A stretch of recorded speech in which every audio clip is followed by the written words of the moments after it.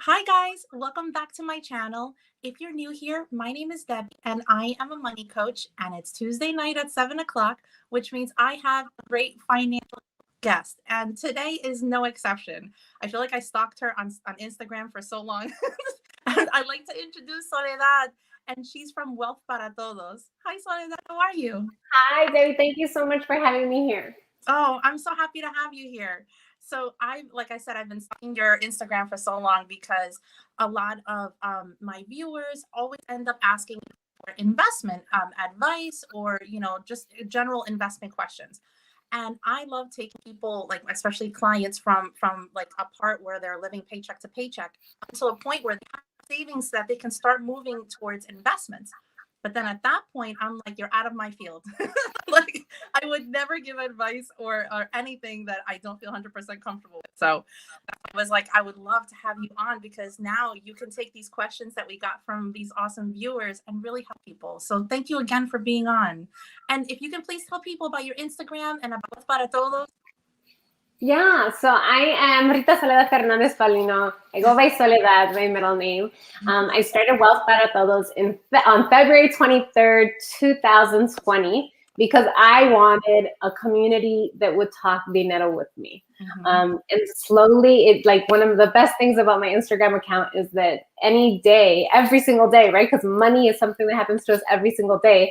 I am always able to talk money with somebody. I like to provide content in terms of just like building wealth. I like to share my own journey, but also just a lot of information, right? Because the more we know, when we know better, we can do better.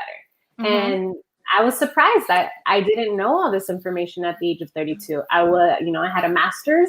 I was a teacher, and I didn't have this financial literacy. And so as soon as I started to gain it for myself, it's just become my mission to make sure it's accessible to as many people as possible. Yeah, no, absolutely. Absolutely. I always talk about like where I started off, and my parents, well, they're Cuban immigrants, and so came to this country. Like my mom tried to give me as much financial information as possible. They didn't even have credit. So like they told me the basics, like have your own checking account, have your own savings account, but that was it. And in our community, like we don't see a lot of people talking about investing, and one of the things that like we have certain people who, like, I'm not a big fan of because they kind of shame you, have debt, not mentioning names, but I'm sure you know who I'm talking about. And so like the community that we built on Instagram, YouTube is so important because we motivate each other. And I've made so many friends on this budgeting frugal community. It's amazing. And some of them are popping up right now, and I'm gonna click on their. Hi, Kate. Hi, Jen. Thank you for joining us. They're both amazing. I love them both. And so like to me, it's like I've learned so much from them, and then we kind of learn from each other, and then we have as many people as we can, which was the whole goal of me starting the YouTube channel and so many others. But again, we're limited, because of what we know. So you and your content is just amazing. Like I watch your content every day on Instagram. I'm like, what's that saying now? And What tonterías is she up to? I know. I'm like, what's she doing? What's she doing? So so thrilled to have you here. So can you tell us about your newsletter and what Wealth Para Todos had you started and what's out? Yeah. Okay. So, Wealth Para Todos is really about just financial literacy, making sure that everybody has someone to talk dinero with. That is like my big goal. I want us all to be budgeting so that we have a plan for our money, and using the plan for our money to eliminate our debt, to increase our emergency funds, make sure we have enough emergency fund in a high yield savings account, and then also investing. I'm personally on a FIRE journey. That means that I am investing so that I can become work optional at the age of 47. Honestly, not really me. It's my husband wants to become work optional. He's like wants to retire early. And since I'm the chief financial officer in my familia, I'm the one who takes care of like making that, creating that plan for us. And so I also talk about, like making sure that you are investing enough so that at one point you can retire. I went from I think I was a teacher. So at one point I thought, I'll just be able to collect a pension. My husband wasn't investing for retirement at all. And he didn't have access to a pension. So for me, it was like, I need to invest for retirement so that at some point we can retire. And then as I learned more, I was like, oh, retirement is just a number. It's not an age. As soon as you have enough money invested, then you can retire. So it became a goal of like, okay, well, let's see how quick we can retire. And so the goal now is to retire, within 13 years, for us to be at the age of 47. And yet at the same time, it's like, we're not like so pressed on it, so completely focused on it. It's a relatively new journey for us. Because we're like, hey, if we get to retire at any age, that's an accomplishment. Like my mother-in-law is still working, and she's older than 65. So that's in terms of like our a little bit about our family. I started the newsletter in January of this year, and it's out every 1st and 15th of the month. And again, I share just a lot of from my own perspective, my own story, because I know that when we share our stories, we're not the only ones. There's so many other people who are in those same situations and those same, dealing with the same struggles, the obstacles. And I want community around that. I want people to be like, you know what? I've been through there. I survived it too. Yeah. And it's like, how? Let's pick our brains and let's, figure it out. So I do that. I share free resources in terms of like workshops, books that I'm reading, podcasts that I'm listening to, anything that is like implementing my mindset, influencing my mindset, influencing my financial journey that has been helpful to me. I share it. I share it in the newsletter. And it's a little different than my, like my Instagram content. I think my Instagram content is a lot more, sharing financial literacy, and the newsletter is like financial literacy, but with a lot more personal, a personal twist. I love like you do surveys on your Instagram. You do like, did you know this? Did you know that? And it's so funny. Sometimes I'm like, I did. I'm like, oh wait a minute, I didn't know that. And next, I'm like Googling things. I'm like, so that's got me on this whole like learn more. Yeah, it's exciting, right? It is exciting, but that's what I really enjoy about your content, your personality is you're like addicting. Like I just feel like I can watch you. Like if you had a YouTube channel, I think you have like thousands of hours based on me and like being like, what else does she have to say today? Like it really is like you make it fun. Like you make it fun because investing for so many people, when they hear the word, just like the word budgeting, like some people think like it's a negative thing. It's like, yeah. And I felt that way. When I wanted to start investing, I remember I was talking to my husband about a Roth IRA, which is a type of investment account, a tax advantage account, which is really, really cool because you put after-tax dollars into this account. It grows tax-free. You don't have to worry about paying taxes on dividends, which is the money companies pay you for investing. Or, if you sell something, you don't have to worry about paying capital gain taxes, which is the amount of money, the taxes, right? Like the government's always going to get a share on any profit from selling an investment. It's protected in there, right? So it's protected. And then when you retire and you withdraw that money, you don't have to pay taxes on it at all. So really cool, a Roth IRA. But I remember when I brought that up to my husband, he was like, that sounds sketchy. Because no one in our family had a Roth IRA. No one was talking about, like investment accounts. And so it was so new and it was scary. And my first transition into investing in a Roth IRA was actually, I had a 403B account. So I had a retirement account with a previous employer, similar to a 401k, but like nonprofits get a 403B. And I stopped working there. And I looked into like what my expense ratios are. That is the fee that you pay to invest with my former employer. And it was high. And any expense ratio that is above like 0.15%, it's high. Okay. I mean, not like high, but like it could really range. Sometimes expense ratios can be as high as 2%. If you're investing your money with somebody, they might charge you like 1%. Those are high numbers. I would say like keep it low as possible. The point is, it was a high expense ratio, and so I wanted to roll over the money that I had from that previous employer account into a Roth IRA. You can't do that because that money is pre-tax, so you have to roll it. It hasn't been taxed yet, so you have to roll it into a traditional IRA first. But it's called like a rollover IRA. And then you could do something called a Roth conversion, but that's another thing. Okay, I wanted to transfer that money, right, from the previous employer and do a rollover IRA. And I was so scared.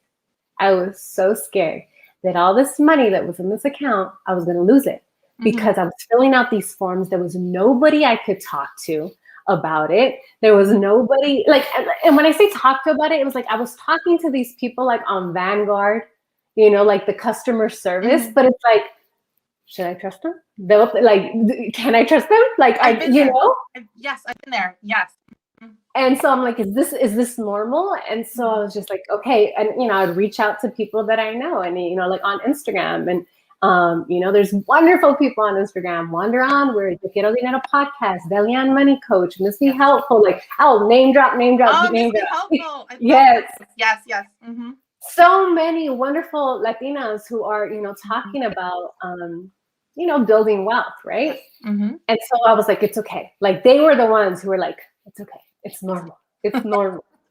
And then I just kind of told myself, well, look, like, vamos a ver. And when I did that rollover and I transferred the money and I saw that it was successful, then I did it again for a different account, right? Because I had a lot of previous employer accounts. And I started off with the smallest one because I was like, well, worst case scenario, I'm going to lose, I think it was like $12,000, which is a lot of money. Yeah. But I was like, I like even filmed this video of myself.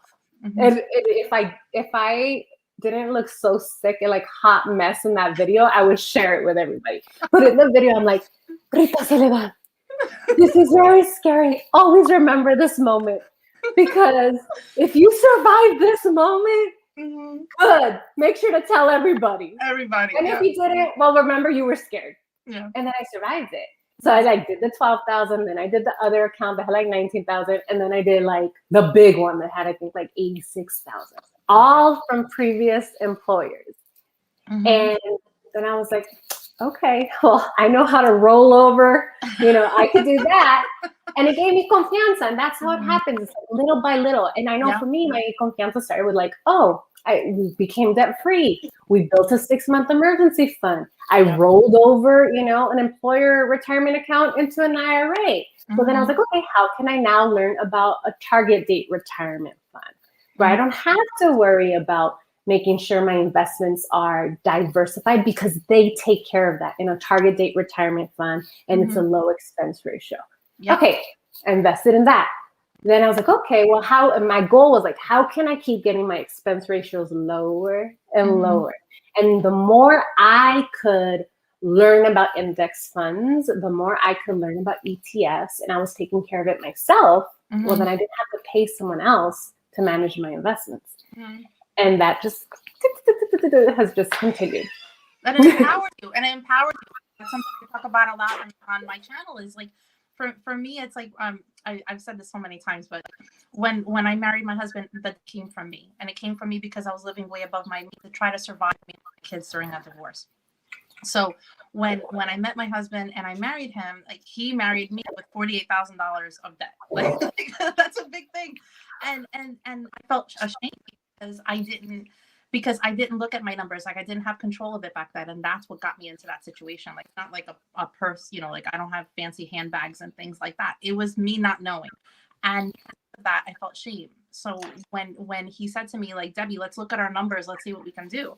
And it was the first time I looked at my numbers. I really feel like that propelled me to where I am now. Like that moment you said, like, I was like getting knowledge and knowing like, okay, I'm going to do this. It's scary, but I'm going to do this. Like, it's courage to look at your numbers for the first time, you know? And when we looked at it, I thought to myself, wait a minute, I can lower these expenses.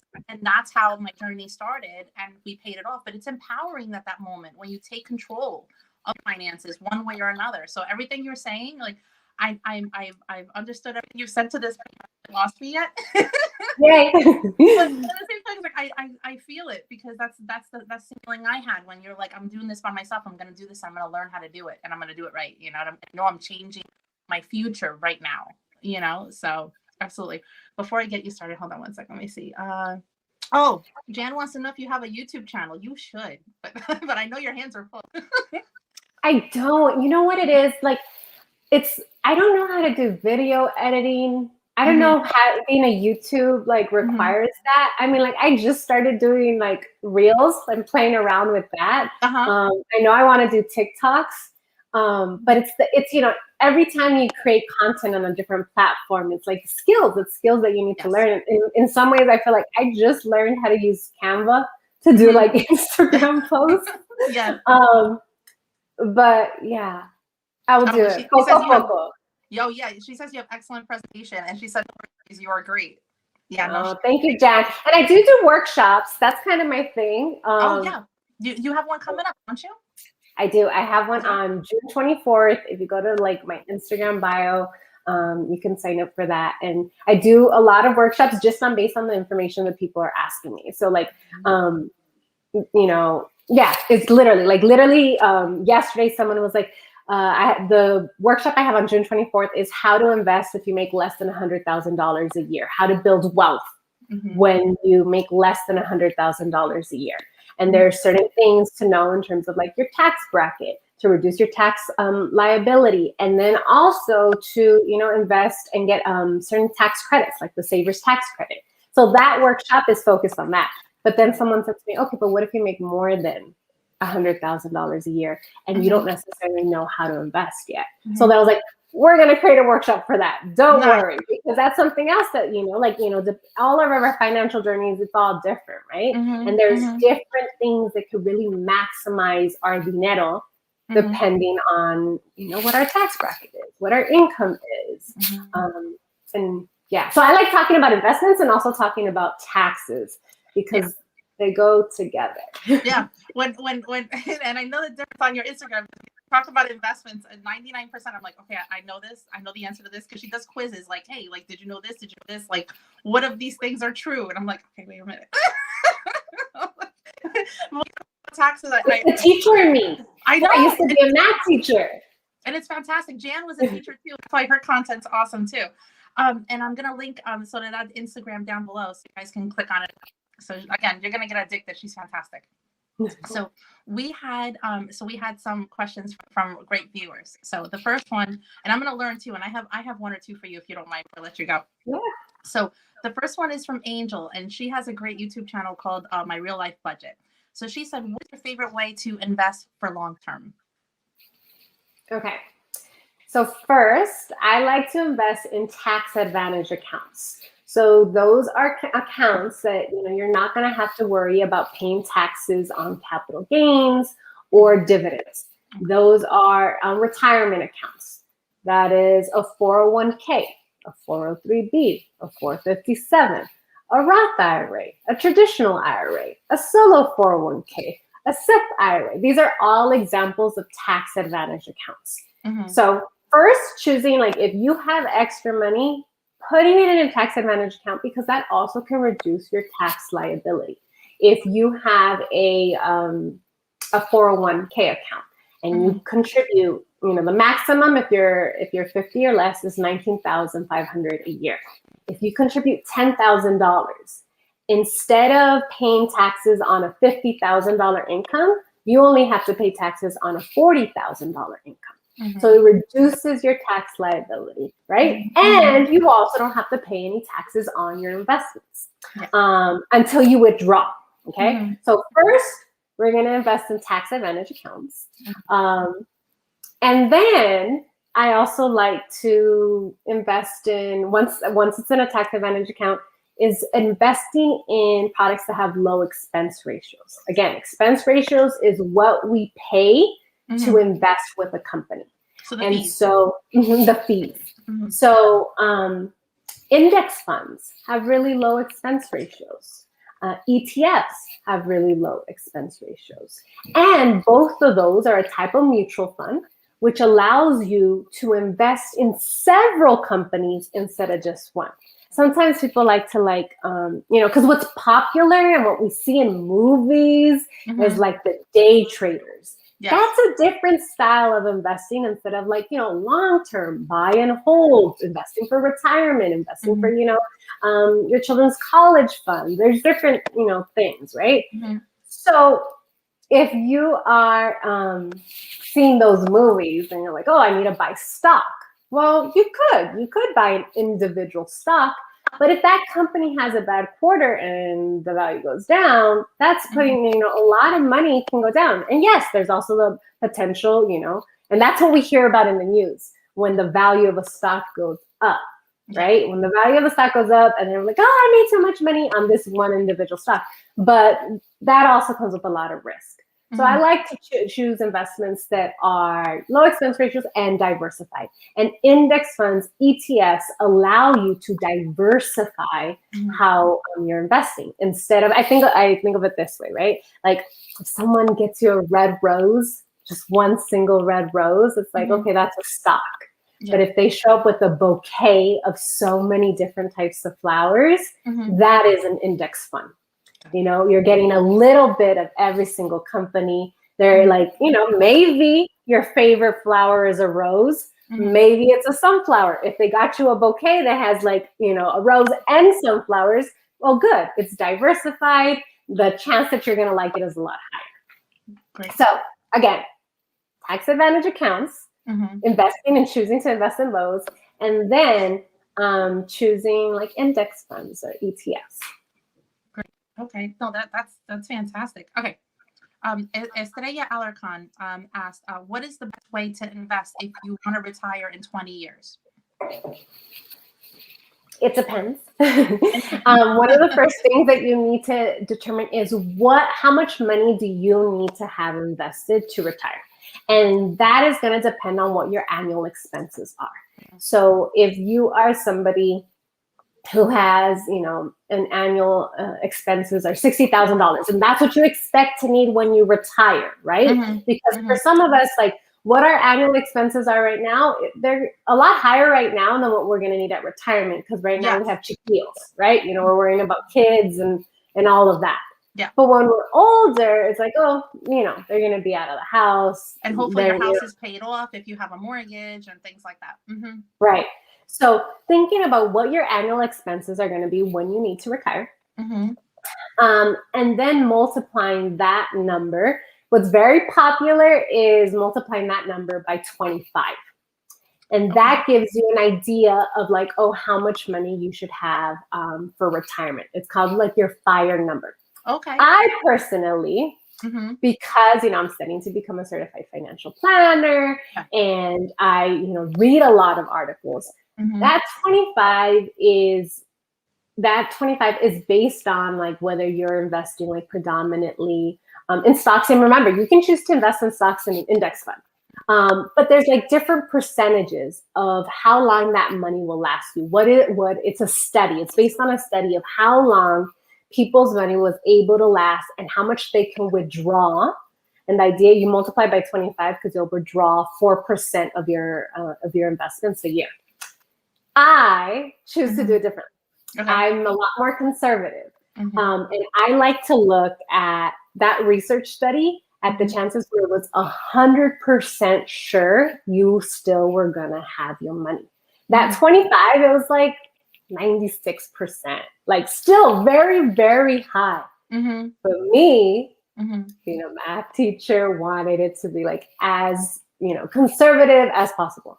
So I take my annual expenses and I divide it by 0.03.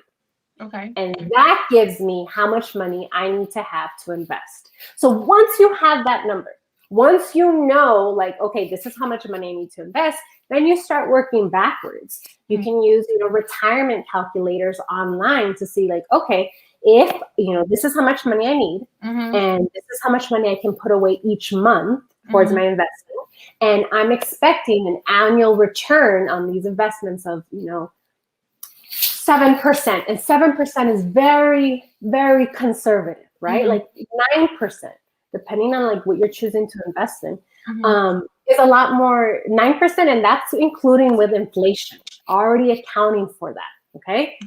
And you start to see, okay, how is this going to help me? Because ultimately, like we put our money into the market and we start investing. However, if you need 1.5 million, right, in order to retire, you're not going to put in 1.5 million. It's like maybe depending on how long you've been investing for, like it could be as little as you only put in like 250,000. if you're like in your 20s and started investing. Mm-hmm. You know, she said within 20 years, that's going to make, it depends on how much money she currently has in her investment accounts and then how much additionally she's going to add. So you want to play with the retirement calculator. Personal Finance Club. He has an Instagram account. He also has a YouTube channel. And he also has a TikTok. On his website, Personal Finance Club has this calculator. And I like to use that calculator to work backwards. So again, to recap, you are going to calculate how much money you need at retirement. You're going to go to Personal Finance Club or Google it, Personal Finance Club Retirement Calculator. And in there, you're going to put in how much money you currently have in investments, how much money you plan to invest. You could use like a 7% annual rate of return or 9%. You're going to see there's a big difference. And then your annual expenses. You'll put that into the calculator and it's going to give you an idea. You play around with the numbers so that you see like, oh, you know what? Actually, that's a lot more than I need. And then so you adjust it. You say, okay, I'm going to put in less amount. Or maybe you're going to say, I'm going to continue putting this amount, but I'm going to see what happens if I retire at 60 instead of 63, you know? And you start playing with those numbers.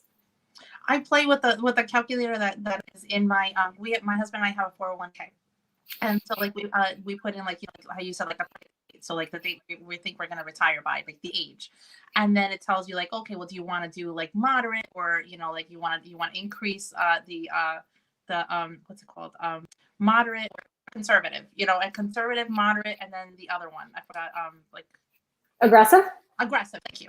And I go between like moderate and aggressive because I'm younger than he is and he's more conservative.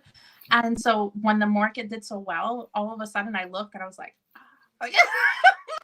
And then he looked and he was like, mine's okay. I was like, oh my gosh, like mine jumped. Like and I'm trusting my employer and the advisors. So like, again, that's why your content is like something that's so valuable to me, because I don't like not having the knowledge to know like where it's invested in, depending on the choices that we make, you know. So I'm learning more as we go, but so far mine's doing pretty well. His is doing well also, but like, like, you know, you want to bump it up, but he's a lot. No, I'm good where I'm at.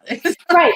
You know, that's something that, like, you know, everyone needs to know their risk tolerance, right? Yes, and there's surveys, there's like little quizzes that you take online to see like what is right for you. And in some ways it's like, what I share, what works for me may not be what works for you. You know, we each have different dynamics, right? So it's important to I like to look at like social media and books and podcasts and learning all that information, but then being discernful and saying like, okay, well, what works for me? This is all great. This is information I could trust. I understand the vocabulary terms that someone, you know, who is a financial advisor is explaining. However, like I know, like I remember after I keep my money in, not my money, I link my accounts to track my net worth. That's something like to monitor how I'm building wealth. I monitor my net worth. And I use this app. And it's a free app, but they have access to your information, right? So they have access to your data. And because of that, they know how much money I have in investment accounts. And so I get a call, or like I have an opportunity to meet with a financial advisor in which then they'll invest for me, right? Invest my money.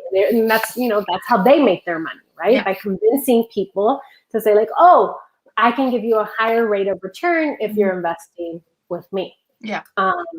So I set up an appointment one day. And I'm talking, you know, to this person, and he was like, you know, right now, this is how much money you're making over the years. You know, you're missing out on hundreds of thousands of dollars. I'm like, okay. And then he says, you know, if you're investing with us, we could do this. Cool. And I asked him, well, what's your expense ratio? What is the fee? And it was 0.89%. The most I pay on my investments is 0.15%. The least I pay is 0.0125%. So I was like, yeah, you're going to get more money, but you're also going to be taking more money. I'd rather just do it on my own and choosing my best is keep those expense ratios low. So I was able to have that conversation because of everything I had been like learning and hearing repeatedly within social media. When you don't have like your own familia who talks dinero with you. Yeah. And it's funny because like you're like, and I, and I'm glad we had this conversation. He's like, I'm not. So that like as soon as I asked him that question, was he was like, quiet? Oh no. He was like, okay, well, I don't want to waste your time. And then we hung up. Nice. He's like, you're too educated. You're too educated for this conversation. I love it. And also like something to keep in mind is that there are people like it's also like, cleaning your house, right? Like right now I clean my own house. That takes a lot of time for me. That takes a lot of energy. If I flip this camera right now, you're going to see all the mess that I have in the living room because the kids are playing in there. Okay. Yeah. There are people who they would rather pay someone to clean their house because they want to have their time, they want to have their energy and that consistency, right? It's not so dependent on themselves. And I think it's the same thing for other people. Like they don't necessarily want to use their time to learn everything about investing and learn all this vocabulary. They'd rather be focused on making more money so then they could invest more. So they outsource it. And I think that's something to keep in mind too. Like I'm a do-it-yourself investor. I am a former educator, so I want to educate people so they feel comfortable also being do-it-yourself investors. But I also have, in my network, certified financial planners and people that I know, like if you're not comfortable investing yourself, don't let that fear cause you to lose the value of your dinero in your savings account to inflation. Hire a certified financial planner. Yes. I agree with you on that. Because like, to me, it's I love learning it. I love learning it, but then taking that information and putting it on myself when I'm educated as you are about investing, like frightens me. You know what I mean? It frightens me. So we do have a financial advisor who helps us out with our 529 plans for the kids and our IRAs and the 401ks are through work. And we have looked at the costs and the costs are pretty low, but obviously I know like I could probably save more money if I did it myself. But then if I made a mistake and I lost us money because of something that I thought was right and it's not, I'm just like, at that point, I'm like, I will outsource that. I do clean my own house. Yeah. And, like that is fair. Like ultimately it's like investing. Yeah. And of course, like my goal through my content is I wanted to get to the point where Debbie does feel comfortable doing it herself. Yes. That is my goal as a content creator. You have poco a poco. Yes. Poco a poco, todo con tiempo. You do not have to like sit out investing now just because you're not sure, what to choose to invest in. And that's why we started. As soon as we finished paying off our debt, before we even started our emergency fund, I was like, we have to kick into gear for our two teenagers because we want to give them something. When I wanted to start college, my parents didn't have a cent for me. I was kind of like, good luck, like not in a bad way, but it was just that was their circumstances, so they couldn't.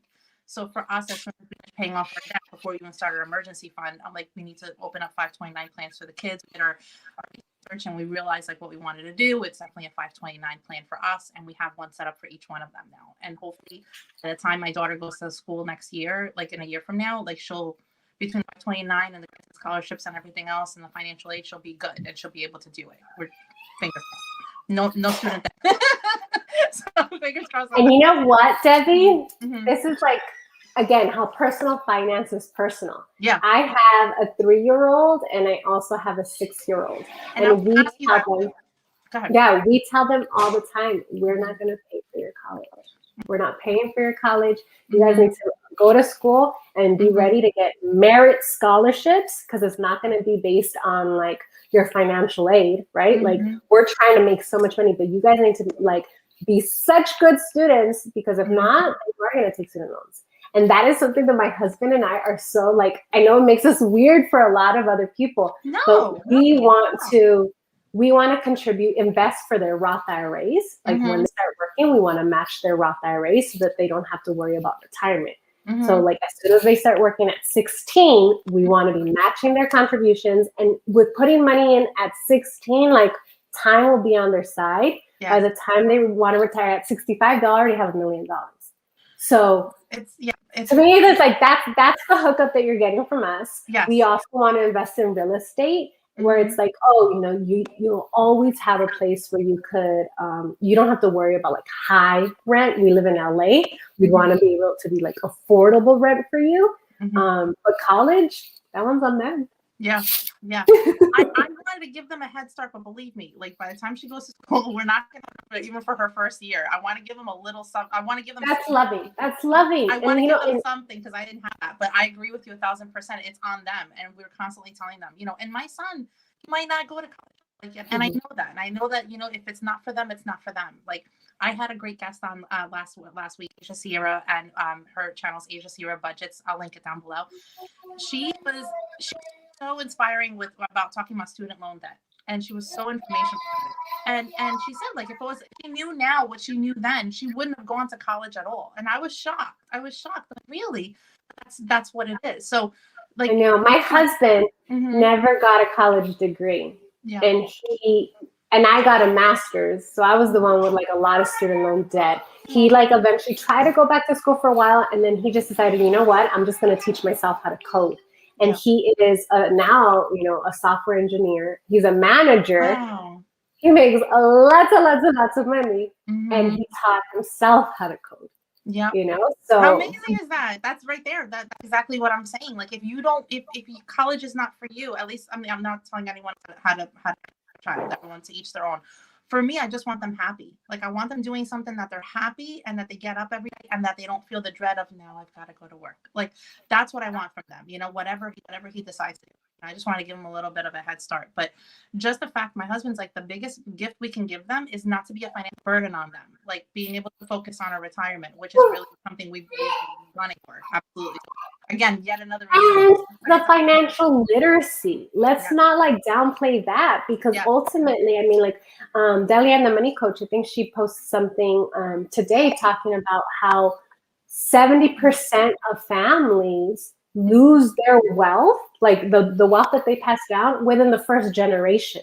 And the number jumps up to 90% for the second generation. So there's a lot of people who inherit dinero, but then they don't necessarily know how to, you know, build wealth with it. So like, let's not forget the importance of, like, you know, sharing financial literacy, not only with our children, but our nieces, our nephews. You know, you don't have to be a parent, like your godchildren, you know, like talk, you know, about that. Let me see here. Oh my gosh, like the comments are popping. Hold on one second. Let me just see. I just also want to say hi to my friend Danny. He has a YouTube channel, Millennial Reiki. And I see him. Is great, like his content, and has helped me a lot in terms of just like healing from different money wounds. So. Oh wow! So Jan, the trick also is to beat that free. Yes, absolutely. Okay, let me see. Okay, so let me see. I don't cook. I don't clean. Just kidding. Totally do. Let me see. It's funny. Yes, I see that. Rent costs. Hi, by the way. Rent costs more than UC tuition in California. Oh my gosh, that's a great gift. Chris says, when our kids were young, we invested $100 a month into the RESP, Registered Education Savings Plan in Canada, and they knew they had to pay for the first year of the university. That's smart. His son decided to become an electrician. Very little invested, lots to be made. My son's thinking about being a chef, and he wants to go to culinary school instead. And that's about a 529 plan, is that it can be moved to that as well. It's not limited. So I was like, yes, if that's what you want and you're passionate, by all means. Let me see. An apprentice. It's great to know money will come. That's wonderful. It's so great to see other parents being on board about that too, you know, about empowering their kids to do what they want to do. Because college sometimes, like we talked about last week, it's like sometimes, like in some generations, it's built into you. Like, no, you'll go to high school, you'll go to college, and you'll get a degree. And it's like, if they don't know what they want to do, and that's not the path they want to take, then all it is accumulated debt, you know, and then they're not going to be happy. So anyway. Also, I want to make sure that we said the wrong pronoun for Chris. Her pronouns are her, she and her. Oh, I'm sorry. Okay. Oh, she just said I'm a her. I'm sorry. Okay. Sorry about that. Okay. Let me see. Thank you for being here. You guys are great. Okay. Amy asked, she said, my boss contributes 3% of income every April to my 401k. I also contribute 3%. I also have a Roth IRA. If I have any extra cash at the end of the month, I don't know what else to do with it. What do you suggest? Increase my 401k contribution? Yeah, so it's really going to depend on whether you want to reduce your tax liability now, or if you want to reduce your tax liability in the future. Are you, and, like I just have questions back for her. Yeah, right? I know. Are you have a conversation? Yeah, we'll do that. Yeah. Are you maxing out your Roth IRA? If you have extra money, I think like that's a great goal to have. Like definitely contribute to your 401k, right? Or is it a 403b? 401k. Okay, you contribute to your 401k to get the match. Then, max out your Roth IRA because that's nice to have money like tax-free at retirement. And then you have a choice, Well, at that point, honestly, if you still have money and you haven't maxed out your 401k, I definitely would probably go towards 401k. But it's going to depend. Like, are you trying to retire early? Because if you're trying to retire early, then maybe you're going to want to have access to that money before the age of 59 and a half. And you might want to put it in a taxable brokerage account. I am a big fan of, reducing our tax liability. So, the more money you put into that 401k account, that's less money that you're going to have to pay on taxes on the money that you have right now. And it's also, growing tax-free and protected. Question about a brokerage account. I'm so glad you brought that up. Okay, a brokerage account. I had a question like a week or two ago, and I was like, you know what? I put it in my brain. I'm like, I'm going to ask you because you're coming on. I was like, I'm touching that comment. Okay, so a brokerage account, is it like a high interest? Is it like a checking account that's invested? Like your money is invested? Is that what a brokerage account is? Yeah, that's I think a really good way to explain it, right? So just like you can open up a checkings account, you can open up a savings account, you can open up a taxable brokerage account, right? Okay. And just so that you know, like a Roth IRA is going to require is the brokerage account too. Okay. Traditional IRA, SEP IRA, solo 401k, those are going to require opening up accounts with the brokerage. A taxable brokerage account is just like, it's not necessarily made for retirement, and the money that you are investing, just like when you are putting money in a high yield savings account, at the end of the year you get like a 1099, and you have to report the interest that you have earned based on that account. That's what's going to happen with a taxable brokerage account. You don't get those forms for our tax advantage accounts. You will get one for a taxable brokerage account. And then it's about like what you're investing in. So a high yield savings account, like I know my high yield savings account right now, it is 0.5%. But I have a taxable brokerage account and I'm investing, and the return on that right now, well, the expected return over 10 years is going to be close to like 11%. So imagine having like that amount of money back compared to 0.5%. And that's why we need to be investing, because inflation, the money that we have in a savings account, inflation is eating that money away. Yes. And that was the question that the person had, is because, and that's why I wasn't even going to touch it. I told them, I said I was going to have you on, and hopefully they're watching. The question was, they have about $40,000 in an emergency fund sitting in a savings account that's earning less than 1%. And question was, should they take a portion of it, so they still have some in reserve if there is an emergency, but take maybe 3/4 of it and put it in a brokerage account, so that it would then have them earn more.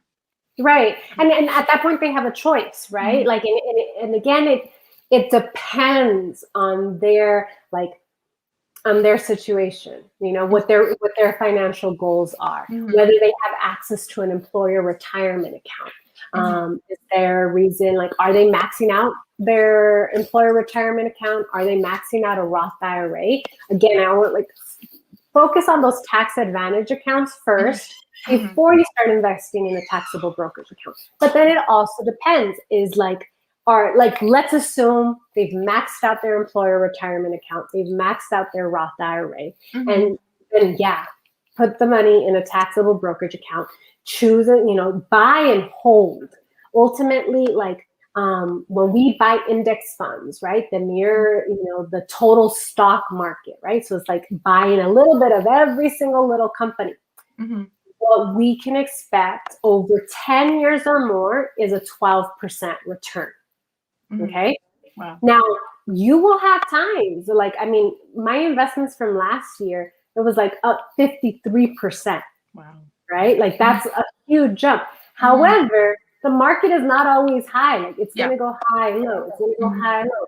And you just have to when you're investing, like my whole idea is like when when it's low, things are on sale. Yeah. In March 6th, 2020, to buy an index fund that covered the total stock market, it was like 60, I want to say like around 60, like no more than $66.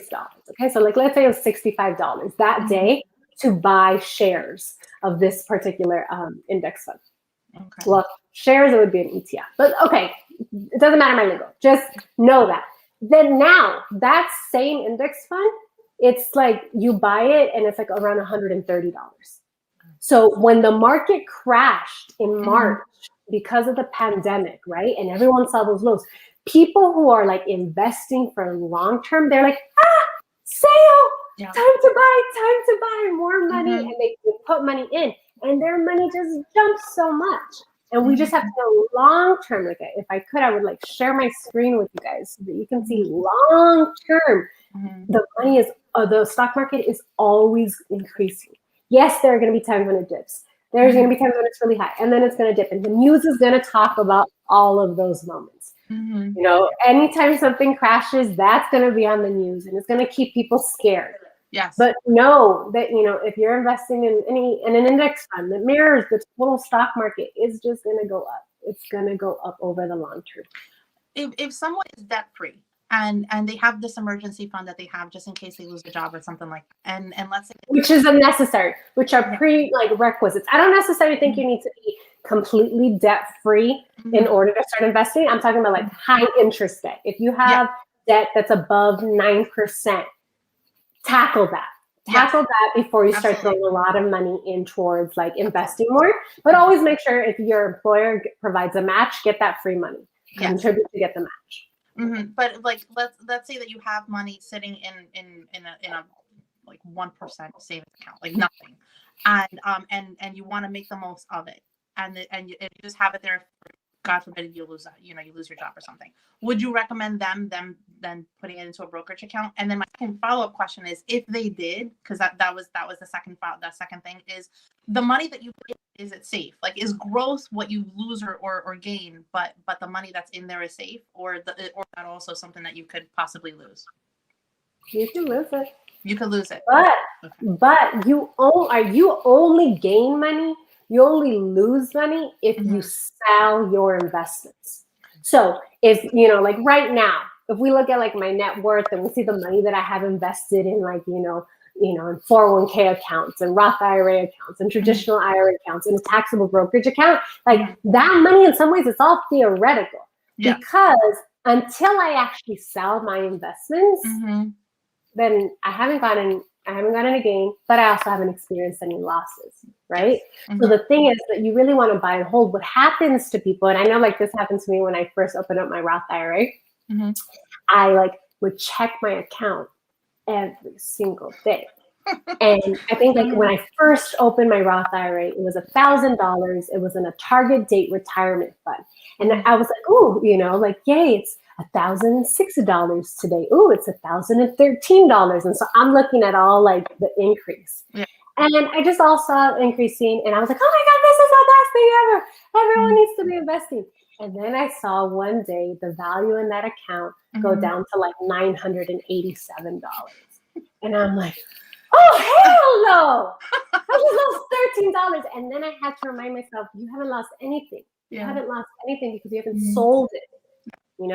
As long as, and then I had to also remember, oh, something must have happened. The market is down.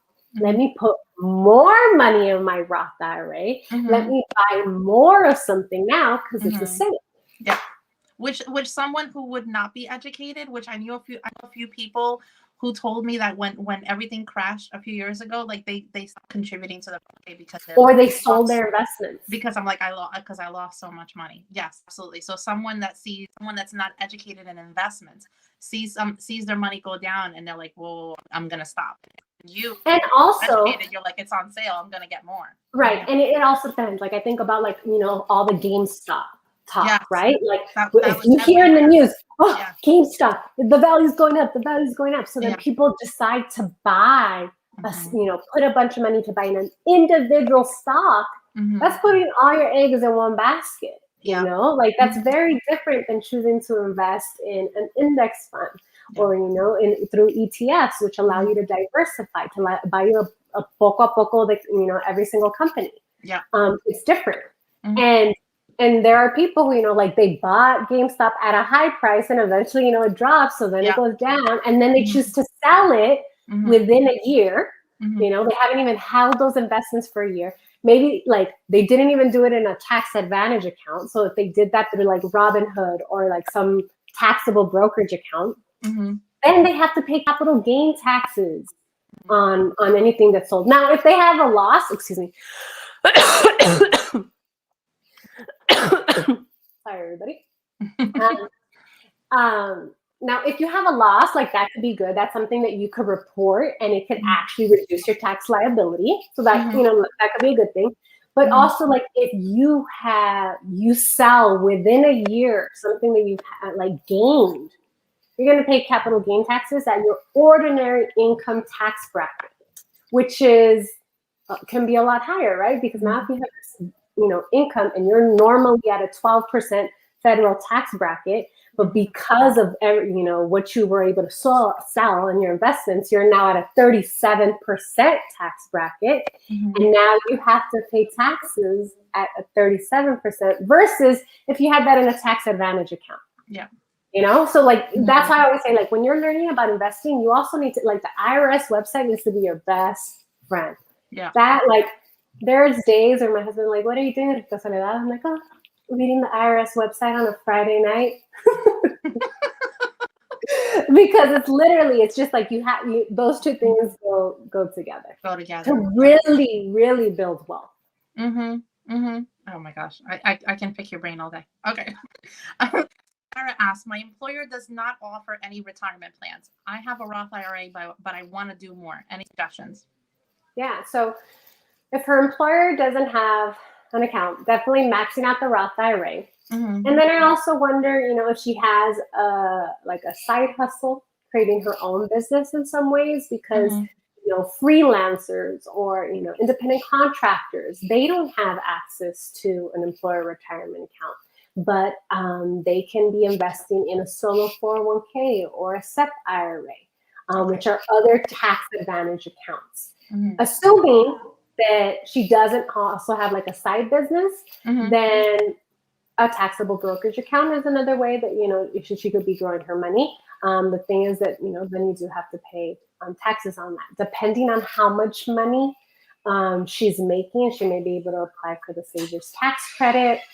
But yeah, I would say in general, it's like, okay, if you want to even be investing more in a tax advantage account, start a business and then use that money to invest in a tax advantage account made for people who don't have, employer retirement accounts.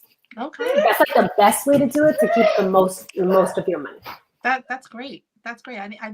I was like, I couldn't wait. That was the question. I was like, no idea what you're going to say, and I can't wait to hear everything you're going to say. Let me see real quick. Buckeye Girls, reads and things. My husband wanted to go to trucking school, not nursing, like his mom wanted, but he's a trucker. Yeah, I mean, that's... We gotta support our children. Yeah, absolutely. Okay, it says, my youngest is 18. He just invested with Wealth Simple in Canada and gave him $10,000. As a mom, I was terrified. Oh my gosh, I didn't know who he gave his money to. It's all good. I'm glad. Oh my goodness. Oh, and Granny Prepper's here. Hi, Granny Prepper. one thing I wanted to mention to you, because I thought of you last week, because I couldn't wait to get your opinion on this. When I was talking about student loan debt, and in the past when I've talked about credit card debt, one topic that I feel so passionate about, I'm like, I can feel you're going to say something about this, and I can't wait to hear you. Cal, like, I'm a big fan. Like, Soledad, what do you have to say? You're so loving. Oh my gosh, no, I mean it. I think you're fantastic. I hope everyone who is not familiar with her, please go check her out. She's fantastic, and I hope go to your workshop too. Honestly, you're amazing. I have 2 high schoolers, and maybe that's where it comes from. When my junior, my daughter, when she was in perfect hands, I was excited because, all about budgeting and saving money and everything. I was like, girl, speak my language. I'm like, talk to me, right? They had her do a budget for a baby, and like that's what the class focused on. How much is diapers, wipes, formula, this and that, blah blah. And I was like, okay, like, when are you going to start talking about balancing a budget? When are you going to start talking about money in, money out? Like, credit cards, interest rates, student loans. I was like, when is all this going to happen? Because I really wanted to like be there and help her any way I can, and happy for her that she's learning this financial education at school. And it never happened. My son, he's a year behind her, so he's now a sophomore, and he took it in his freshman year. And so different teacher. So I was like, okay, maybe it's a different route. Let's see what you're going to do. They did a stock game. Okay, we're going to list all these stocks. Everybody pick one and pretend you're going to invest $100. We're going to follow the stock from the beginning of the class to the end of the class, which was educating. Like he loves looking at that GameStop thing. He knew more about it than I did. He was telling me all about it. So that's great. But the basics, like I know a lot of people when I bring this up, I feel like I can sometimes when I do these kind of comments, because like I know like education starts at home, but it also needs to be, in my opinion, it needs to be reinforced in school, because sometimes I feel like when I'm talking to my daughter, who's hormonal, wonderful girl, teenager, I feel like Charlie Brown is in her ear and it's what I mean? But what a teacher says, like, or her friends say in the classroom, that absorbed more sometimes than what I say, and so I feel like our kids are being led towards a path towards debt, like a path towards not moving, like credit card debt, student loan debt, not being educated. And a guest that I had on a few weeks ago mentioned this, and I was like, brilliant, absolutely. But imagine if instead of the budget or the stock thing, if they talked to them about a Roth IRA. Like, imagine if when every single high school student left and graduated high school, they knew what a Roth IRA was, and as soon as they got their first job, they had one in. We'd have millionaires for kids. Like, we would never have to worry about our kids again. Like when they become, able to retire, like everyone would just have a wonderful life, money stress free. But that's not the case. That's not the case. Instead, they're led towards, hey, let's hang out at the mall and spend money at the stores that people have stocks on, and that keeps us here and that keeps other people elevated. You know what I mean? So do you feel that, like, have your own, like I can't wait for you to just bust. I know you're busting. I know. I was like, let me say something. So go. Like, how do you feel about it? So much was said there. Okay, first thing I want to say is that I used to be a math teacher, right? And I had my students once do a project on choosing a credit card.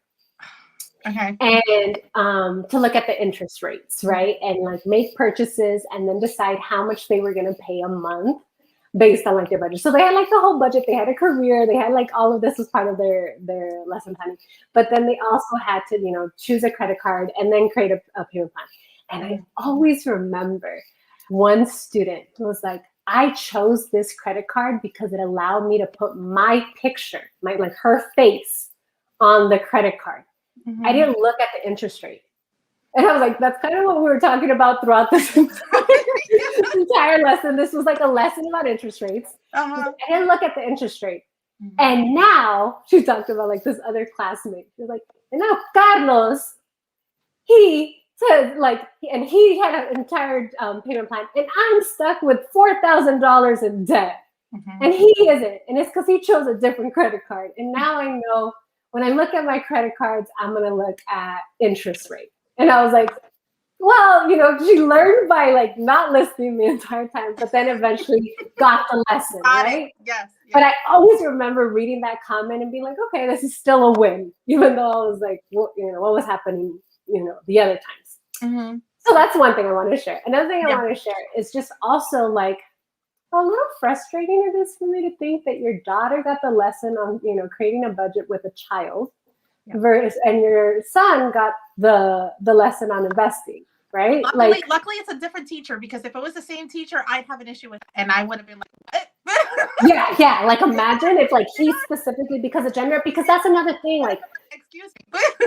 we have to acknowledge and not just like systemically the things that women have had access to. It wasn't until the 1970s that women could even have a credit card or a mortgage without a male cosigner, right? Like these are things that have impacted all of us, right? And the fact that we'd also financial literacy isn't mandated in every single school. That's also a unit issue. I know that as a math teacher, I never talked about like investing because I didn't know that information. And so I think that a lot of times, there's this wonderful organization, I can't think of the name right now. I want to say it's called Next Gen. Maybe I'll send you the link and you could add it. Yeah, love to. But they are a nonprofit focused on providing financial literacy to schools. And Miss Be Helpful actually works for them. Okay. And so she works to like make sure that schools are aware of this free curriculum that covers everything from like budgets to taxes to tax advantage accounts to investing. And yeah, at the end of the day, I do think it's dangerous for us to like say like invest, and then people are investing in taxable brokerage accounts and not necessarily maxing out their tax advantage accounts and then having to pay taxes on all of that. That's problematic. Even more problematic, and you referred to this, is that so many children are, the focus is on them becoming consumers. And that's the message that they get. I know, like, I'm a minimalist. My children are minimalist by default, and, we went on a vacation recently and they got exposed to cable television. Oh my God. Sorry. I got a phone call. I don't know if you're still there. Oh yeah, I'm here. Okay, sorry. My dad called me and hopefully he doesn't call back again. That sounds really mean, but like during the call. Yeah. So we went on vacation. They were exposed to cable television, which they don't, usually have. And so for the first time, they're watching commercials. And they're like being exposed to like all these toys and all these cereals and all these things. And usually, we watch Netflix. We don't have to deal with commercials. And it's like their minds are like, wait, there's all this stuff that's out there. And I think it's like, it starts there. It starts so little in terms of what our children are exposed to. And something that I always tell my kids and in our family is like, if you want something that you have just seen, cool. If I buy it right now, then I'm just playing into your instant gratification. Very rarely do we get to see something we want and automatically buy it. Like, oh, I would love that. I would have so many properties because I would be like, no, I want the house. So what I need you to think about is like, what is it that you're going to want? Like, do you still want this a week from now? Do you still want it 2 weeks from now? And like really reinforcing that delayed gratification, that mindfulness around consuming.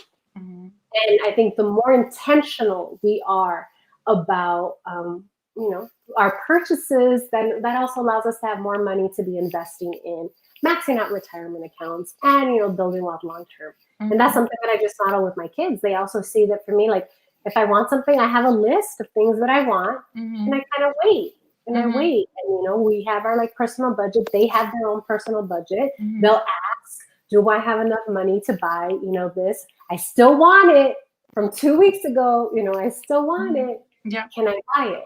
And I'll be like, yeah. And or like recently when my kid was like, I really want Domino's pizza. I really want Domino's pizza. And then they're like, I'll use my budget to get everyone here Domino's pizza. And I was like, all right, sure. I'm not paying for it. But if you want to pay for it, cool. That's wonderful. That's wonderful.